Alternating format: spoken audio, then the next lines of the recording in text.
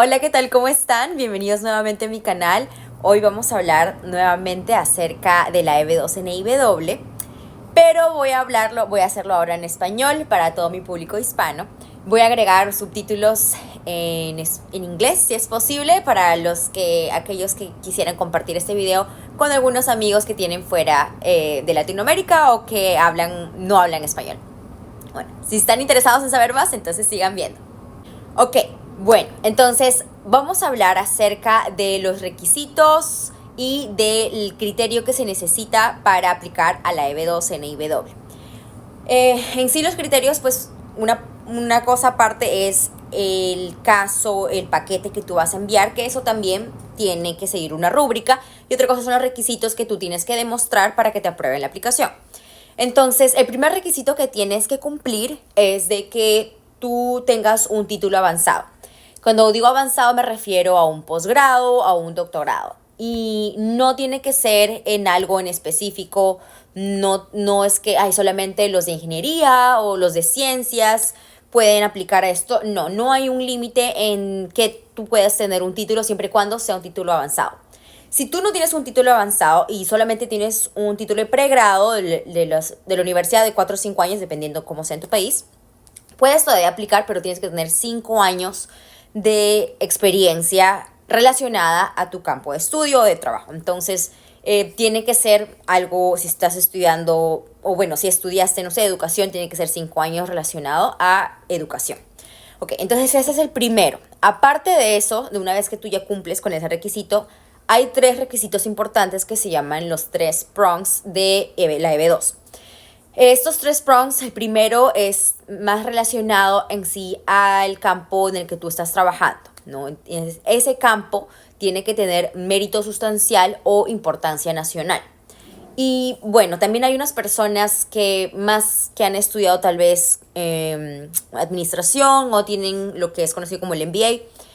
Ellos hacen un proyecto, ¿no? Tú también puedes hacer un proyecto. Yo no hice un proyecto, yo no presenté un proyecto, sino que fue más que nada los argumentos y cosas que yo había hecho en el trabajo durante los años que trabajé después de que me gradué de la maestría. Entonces, de que tu proyecto o de que tu campo de trabajo, las cosas que has hecho en el trabajo en sí, tengan un interés nacional, ¿no? Entonces, si tú estudiaste y trabajaste en algo relacionado con computación, ingeniería de sistemas, entonces tú tienes que explicar cómo la ingeniería de sistemas es de importancia nacional, cómo este campo, las cosas que tú trabajas específicamente en el campo, es de mucho interés para los Estados Unidos y que es de beneficio para los Estados Unidos, que es algo que realmente les va a interesar como país, ya sea, bueno, en este caso, en el ejemplo, en el ámbito de sistemas, de la tecnología, tú vas a argumentar ya como pues tú quieras, ¿no? Pero tienes que demostrar eso primero, ese es el primer prong.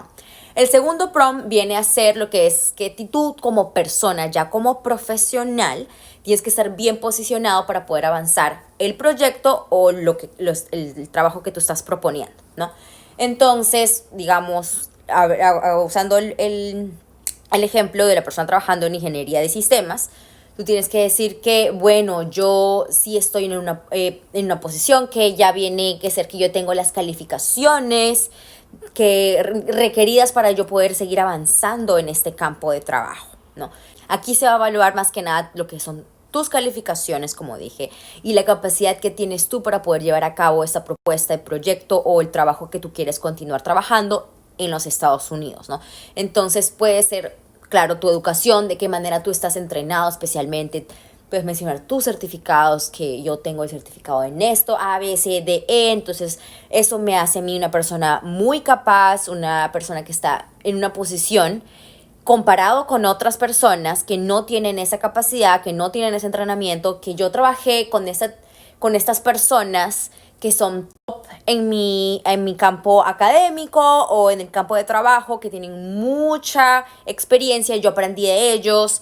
También puedes decir, por ejemplo, todo tu historial de éxito, que yo trabajé en este tipo de proyecto, digamos, bueno, de qué lo que sea, puede ser ingeniería de sistemas, yo trabajé en este proyecto de finanzas, yo trabajé en este proyecto de contabilidad y con mi equipo, o tal vez tú lo lideraste, ¿no? Puedes decir, wow, que tuvo unos resultados, un impacto muy grande en la compañía. Y digamos de que este impacto repercutió aún más y otras empresas estuvieron interesadas en tu proyecto, en los avances que tú hiciste.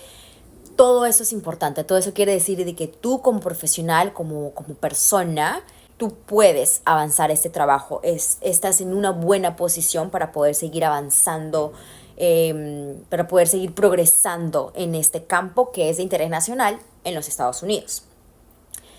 Por ejemplo, si tú trabajas en finanzas y tienes una lista de clientes potenciales, inversionistas extranjeros que les gustaría invertir en tu proyecto en los Estados Unidos, pues bueno, puedes ya hablar acerca de los resultados y el impacto económico del país. Entonces, si quieres colocar también otras entidades que están interesadas o que pueden respaldar tu trabajo, ahí tu caso va a ser mucho más sólido. Aquí es donde tú dices: soy una estrella, y ahí tú demuestras por qué eres una estrella. Sí, que yo he logrado esto, he logrado el otro.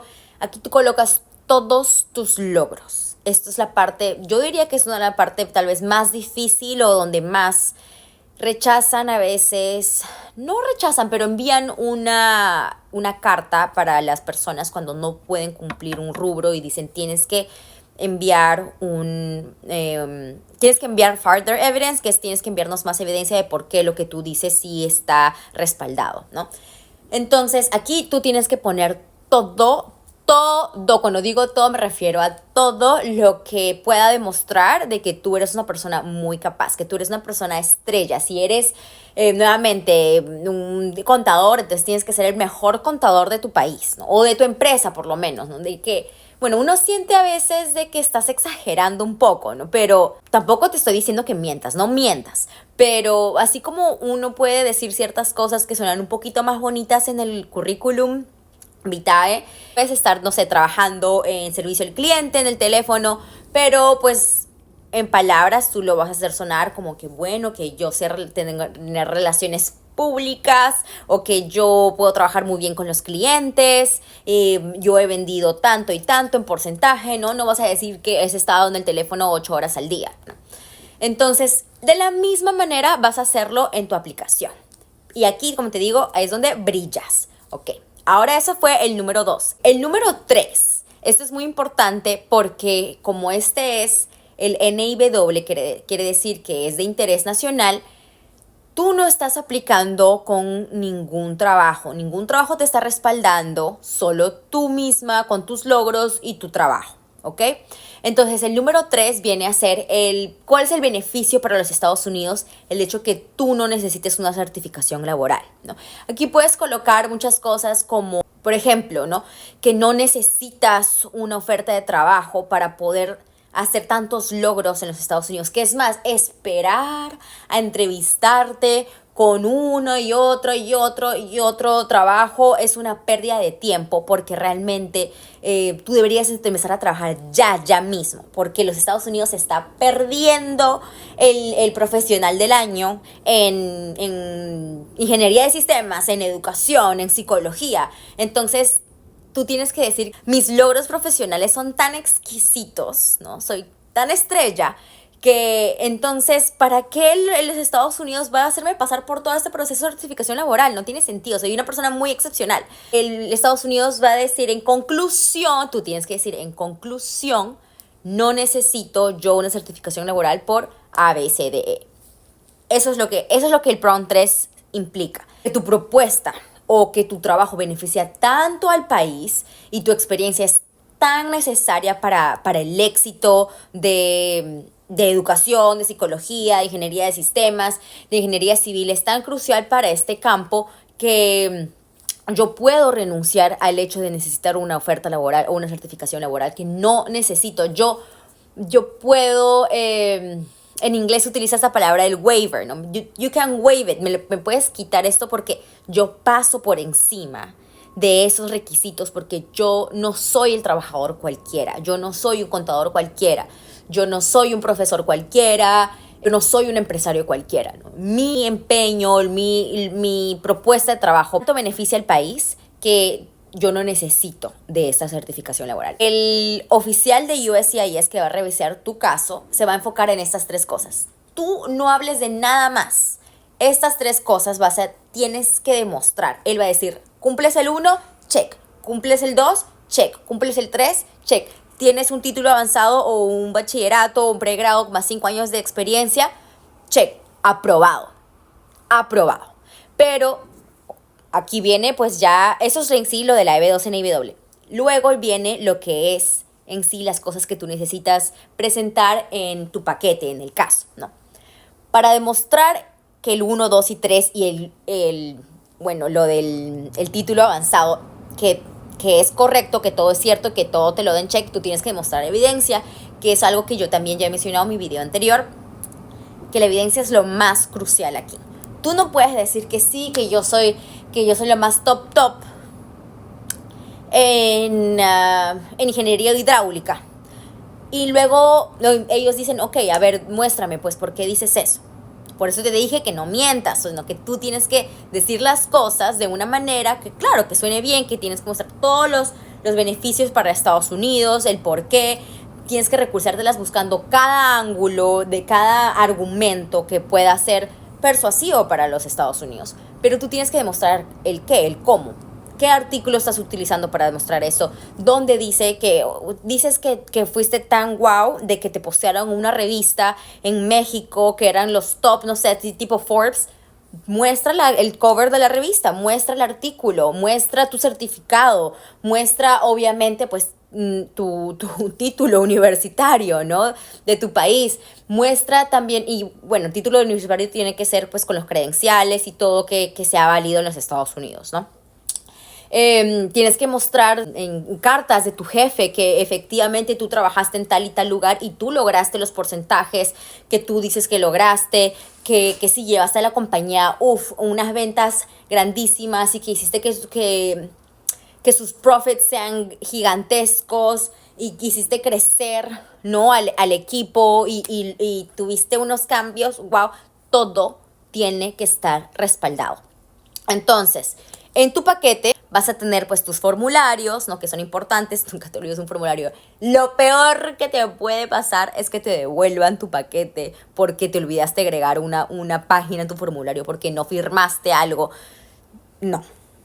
Pero bueno, eso podemos hablar más en otro video. Ok, entonces tus formularios empiezan lo que es el cover letter. El cover letter es donde tú vas a escribir todos los prongs 1, 2 y 3, ¿no? Y bueno, y también que cumples con el título de posgrado avanzado. Colocas el cover letter, lo pones pues en prong 1, 2, 3 y luego vienen lo que son los anexos, los apéndices, que son todos tus argumentos, toda la evidencia, ¿no?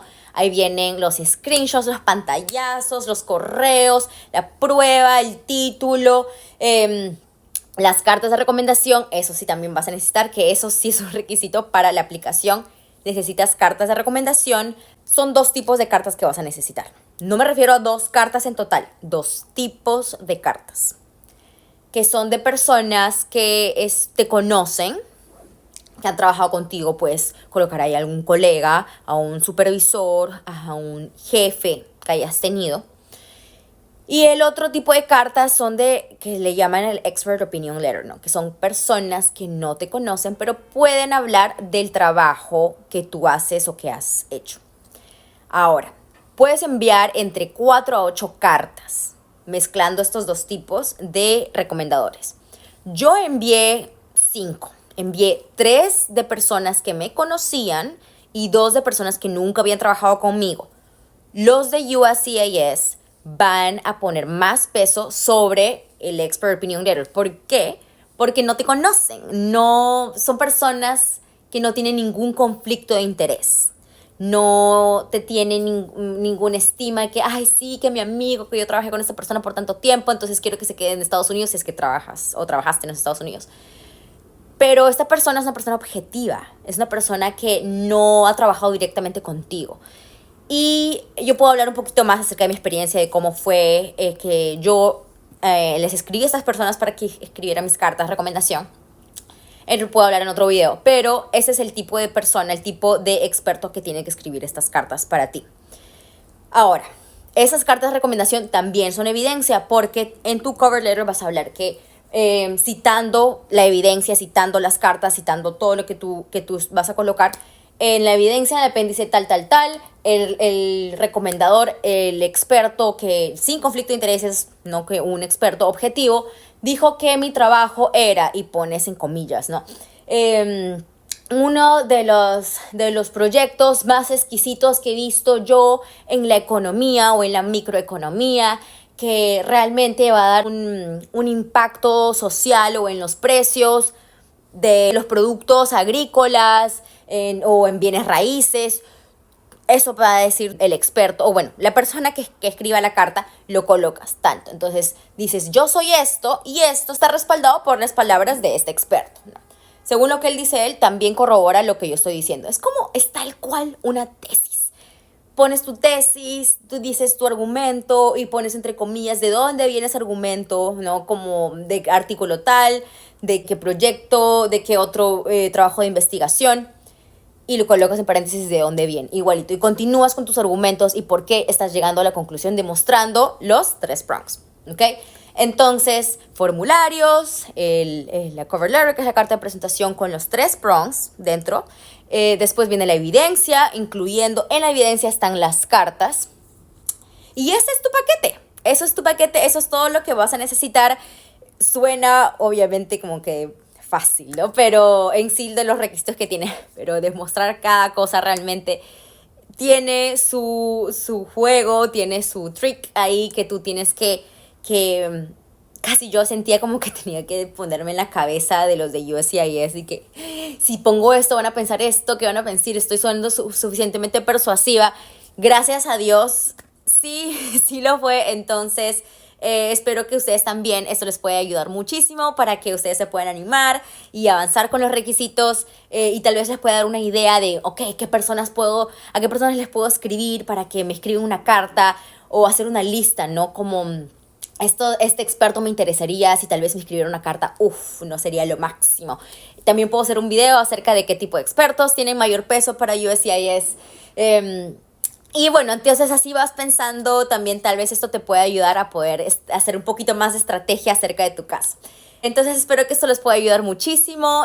También voy a agregar un link para que ustedes puedan tener un acceso a un PDF completamente gratis. Tal vez que les pueda dar un poquito más de información si ustedes recién están aprendiendo acerca de la EB2 y que les pueda ayudar tal vez a romper algunos mitos que ustedes puedan creer de la EB2 y tener un poquito más de información acerca de qué se trata y cómo obtenerla.